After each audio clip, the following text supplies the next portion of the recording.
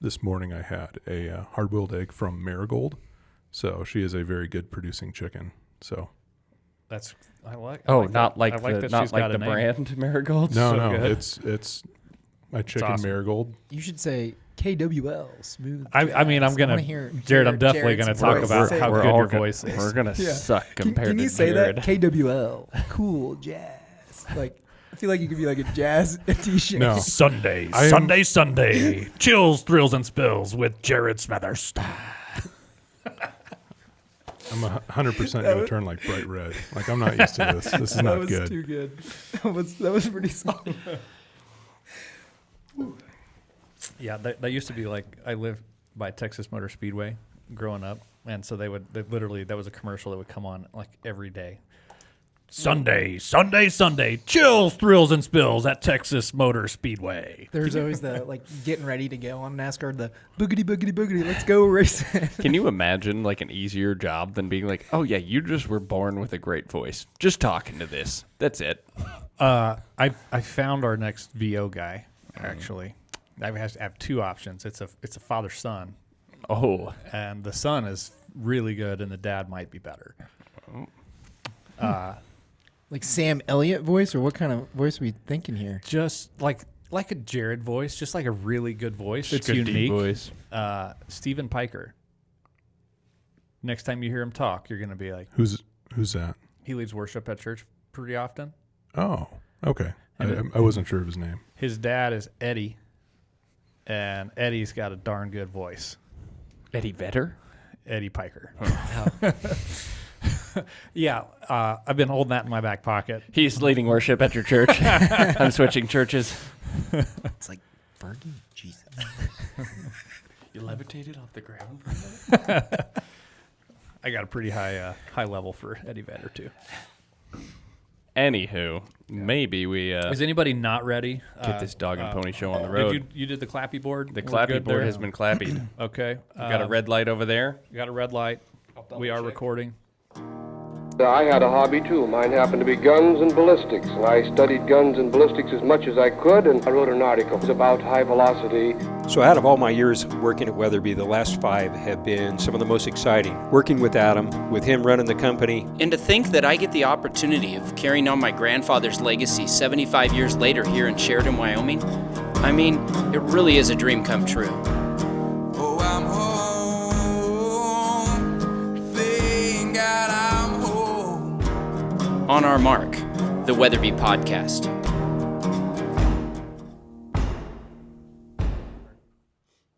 Welcome back to On Our Mark, the Weatherby Podcast. I've got Tyler Grethen with us. That's me. I say his name wrong every time on purpose. Mr. Tyler Grayton. That's me. That's really you. Yeah, that's actually me. Tyler's our marketing manager. He's been with us for a little while now. He's been doing a great job. He's been on the podcast quite a bit. Yeah, the podcast is fun. These are the ones that I get excited about too. It's really fun. The podcast is fun. You get to meet a bunch of different people, talk ballistics, hunting. Yeah. I always enjoy them. Yeah. It's really fun. We've also got Mac Vincenberg. And as the guy who edits these podcasts, I can say that joke definitely gets old. Mac is our content guru. If you've seen any cool imagery from us in the past pretty much 5 years, it's because of Mac. So good job, Mac. Hey, thanks. We've also got Jared Smethurst with us. Hi there. Jared has probably the coolest voice of anybody that works currently at Weatherby. He does. He's definitely got a voice for this. Product development in general. Kind of got it going on in the voices over there between Jared and Seth. Seth's got a good one. Anyway, Jared is our product manager, and he helps with pretty much everything Weatherby, from ammo to rifles to shotguns and other things as well. So Yep. Jared also has more tenure than anybody else at this table with Weatherby. All the way from Cali, right? He is one of the few that are on my team that are from, it's you and Leslie, from Yeah. California. He's also got more kids than everybody at this table combined. This is true. Even half dozen. So Oh, wow. and I have 4. yeah. So yeah, I've been with Weatherby for going on 7 years in a couple months. So it'll be nice. And you've done a few things. A few things. Yes. I want to know about those things. Okay. So I started off in ammunition. So we started off ammo loading in Paso with a 6.5300. went to Cerakote. From Cerakote, I did Mark V. So started off doing like, I think they called it like machine operator. Basically working on parts, and then went to Mark V assembly, and then warehouse supervisor, and then when we moved here, Vanguard supervisor. So did that for a couple of years, and then now I'm in product development. I feel like this button on the board is appropriate. You're fulfilling your destiny. With all that knowledge, my little sidebar about Jared, my favorite thing to do is to go sit in the middle of product development and ask some absurd question, and then just hear the product development guys just run with it and be like, okay, this doesn't make sense or whatever. So I just like usually sit back and then let the opinions flow. And Jared always usually has a good point there. We had an opening for a product manager. When, like 2 years ago? Yeah, probably 2 years ago. About 2 years ago. I knew Jared pretty well. You were doing Vanguard then? Mm-hmm. Yep. He's doing Vanguard, final assembly, leading the whole Vanguard team basically. And every time I talked to Jared, I was like, it's like talking to gun Wikipedia. Like, knows everything. So I was talking to Adam. I was like, hey, I got this idea. Like, I feel like Jared would be really good. Like, every time there's an idea, he like knows every way that it's failed. He knows all the things. And so we added Jared to the product team, and we're happy to have you. I mean, look at that. We have these little note sheets. Jared brought like a reloading manual, his own notes. He's got a pen pad. Like he's ready to roll. Yeah. He's not dumb like me. So we've got a fun topic today, and we're going to be talking about the 270 Weatherby Magnum. We started doing these cartridge talks. We did a 3378, a couple others, and people asked for more of them.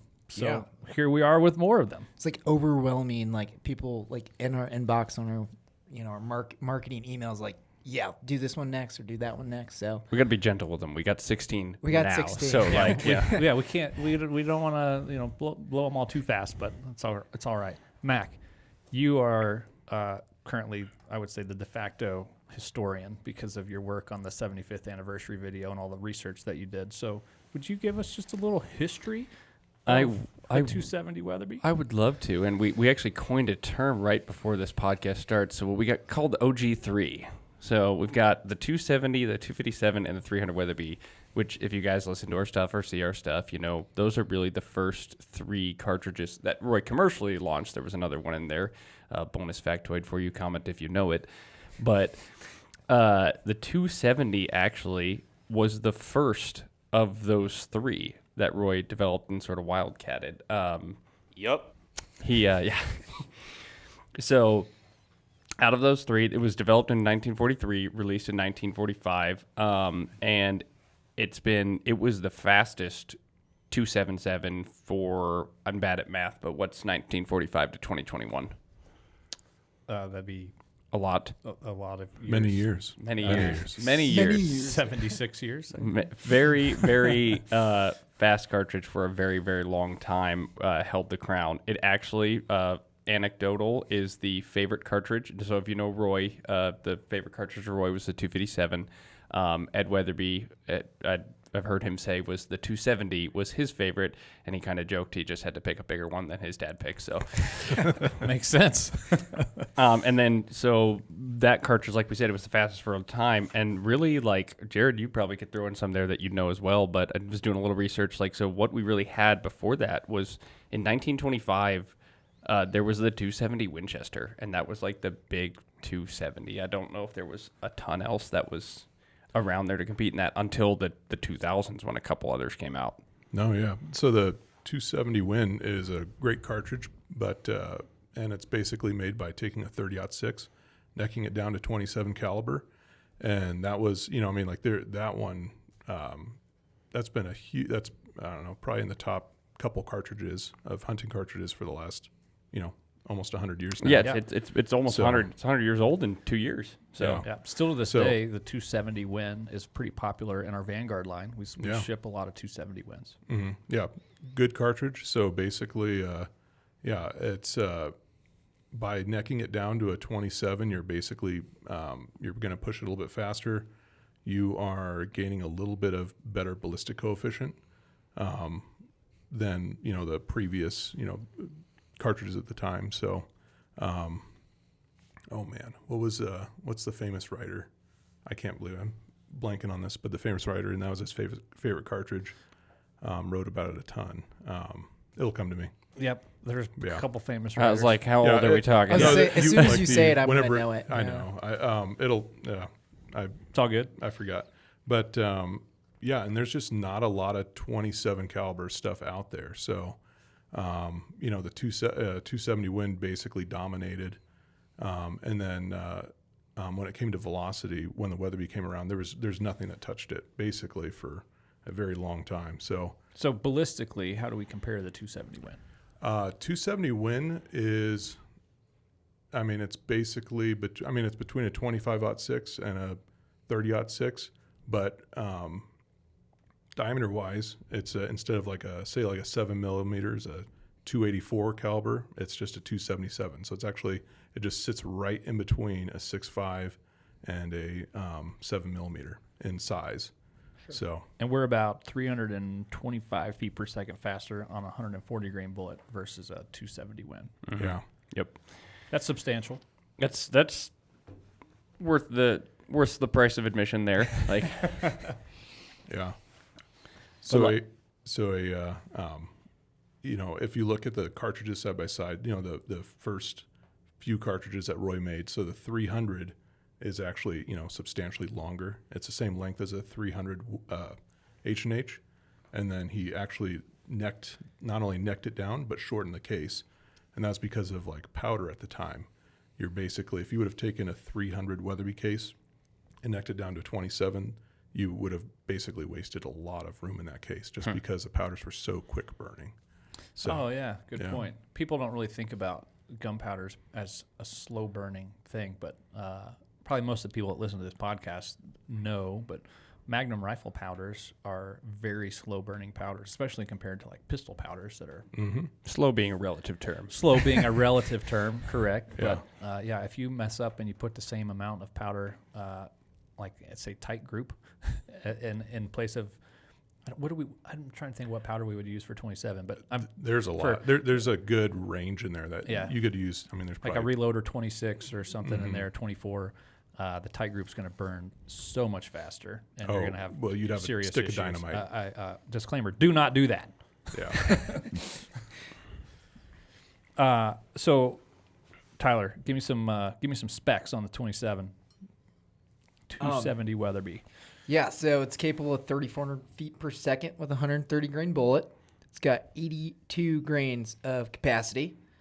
It was one of the Mac already leaned on that it was one of the three originals. So those are kind of the specs there. And Jared just alluded to how the case cartridge is made. So yeah. Now, like outside of that, we had the 270 Winchester and the 270 Weatherby for a long time. The 277 not been as popular, but what are some of the other what else is on the market right now in that class? Well, I'm thinking about 6.5 300 because I was shooting a 6.5 300 with a 130 grain Sirocco, so same grain bullet, and it was I think 34.75 for 34.70. That's what mine chronoed at.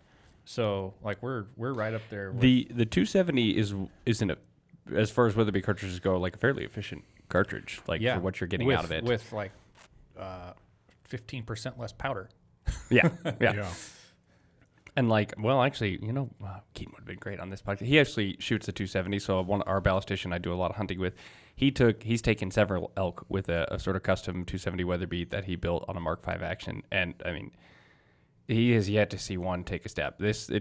People get they're like, oh, this is the best caliber, but really this is like an underrated Weatherby caliber. Like a lot of us here at the table, we haven't shot this one as much, but it kind of makes you want to go out and shoot it more. Like I'd like to get my hands on it. Yeah, like when you're looking at all the specs, you're like, why am I not shooting this? There's been a lot of 6.5 crates before, and then the now I feel like the 7 millimeters. Like a lot of people are like on that 7 millimeter with the PRC coming out. A lot of people are looking at shorter barrels with suppressors, 7 Psalms. Like people are building those, stuff like that. This one kind of gets forgotten in the middle, the 277, but like it can do everything both of those can do and potentially more in certain situations. There are less 277 projectiles Yes. available, just because there's less total offerings for the projectile makers to stick their projectiles in. But I agree with what you just said, Mac. I'm getting more and more intrigued. I have not shot at an animal with the 270 Weatherby, but I think I'm going to fix that this year. If you had to pick one Weatherby cartridge, it is probably the one I'd pick. Like it's right. That's your one? Hot take. It's really is close. there like something for that there? I don't have a button for that. Yeah. There we go.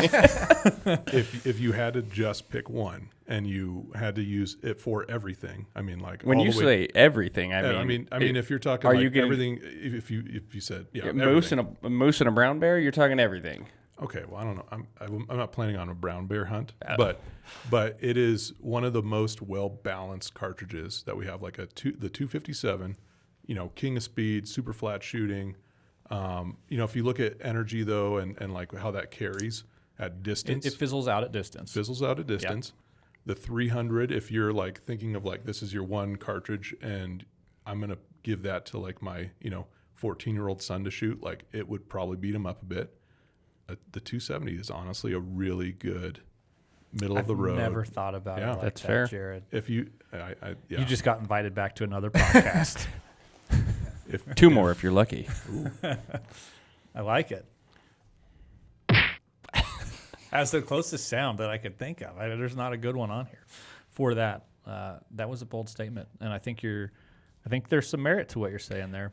Yeah, it's if you kind of go down the rabbit hole of like a cartridge efficiency, also with when you're comparing bore diameter to capacity and everything else, it's one of the more efficient Weatherby cartridges, and it's really it's a good cartridge. I'm sold. Yeah, I'm sold too. I'm trying to think about where to go from here. Now I'm just like I'm interested. Well, Dude, we just start taking our wallets out right now. Jared's the guru on this. I mean, so like personal experiences, Jared, like you said this would be your one. You got any personal experience with this cartridge you can tell us about? Other than, so I've helped out quite a bit through different periods of Weatherby history, like shooting at the shooting in the range, RCing stuff. So I've RC'd some of these, and they're typical good shooting rifles. So I mean, 27 cal is kind of a sleeper, but it's a good one.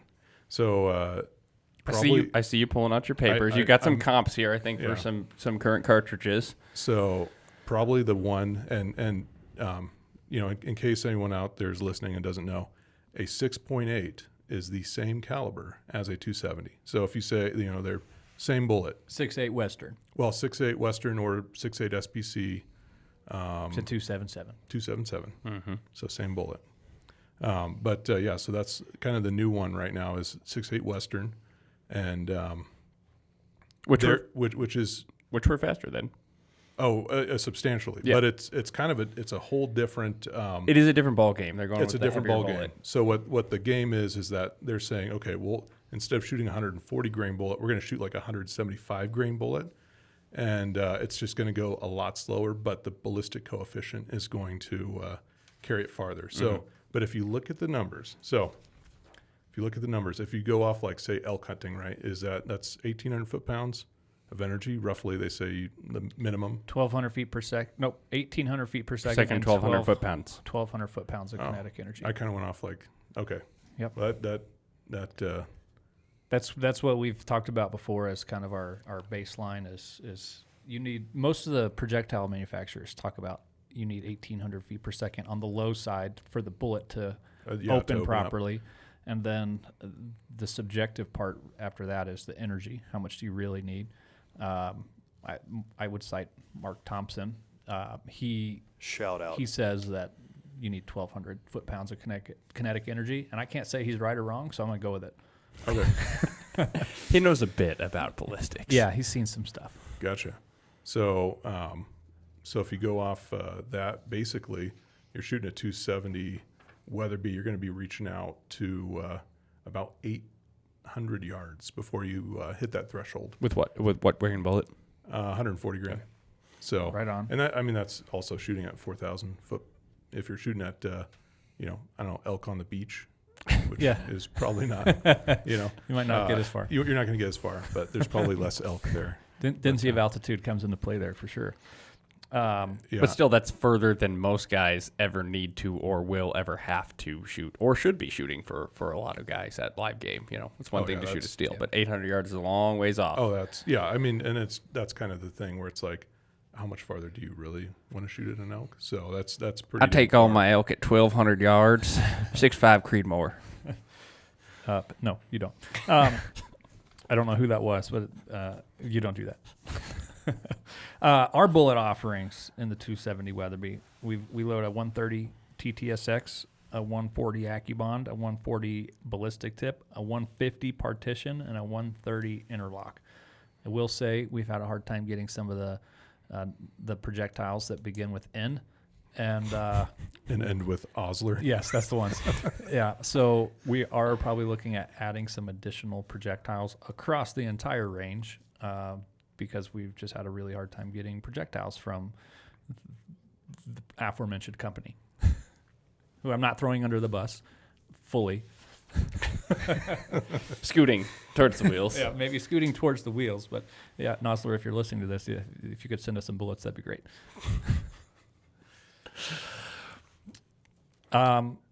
Anybody got anything else to talk about 270? You got more stuff, So Jared. I just like a little bit. So like with the 6.8 Western, right?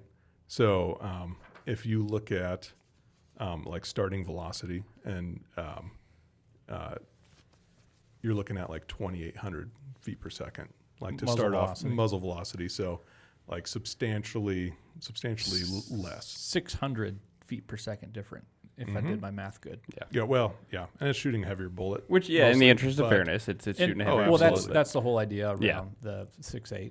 Yeah. Is to go with a heavier, faster twist. Mm-hmm. But I know this guy who made a lot of cartridges, and he believed in these light bullets going really fast, and I've seen it work pretty well on a lot of game. Does work well. The formula for energy is mass times velocity squared, so you get like super extra credit when you square that velocity. So, I didn't pay that much attention in school sometimes, but I do remember that if you square something, like crazy things happen. Yeah. So, that's a big deal. Yeah. Other than that, like, excellent game for this. I mean, a lot of guys, we kind of mentioned some of the things you'll shoot at, but 270, like I said, a good friend of mine shoots a bunch of elk with 270. It's a great round for that. Like Jared said, probably good out to about, depending on your altitude, 700-800 yards lethal. Yeah. Yeah, point. Yeah, using the rules that we just talked about. Yep. Yeah. And then, you've got elk or deer and antelope. It's still not overkill on either of those. It's going to be a perfect little cartridge. I shoot antelope with a 300 and they're just fine. So, and then African Plains game. If you do it, Mac, then it must be okay. That's pretty much the rule. Just aim a little back, you're good. And then African Plains game. Actually, this is like an awesome cartridge for that. I know Ed shot a bunch of stuff over in Africa back in the 70s and 80s with the 270. So it's a really, really well-balanced cartridge for that kind of stuff.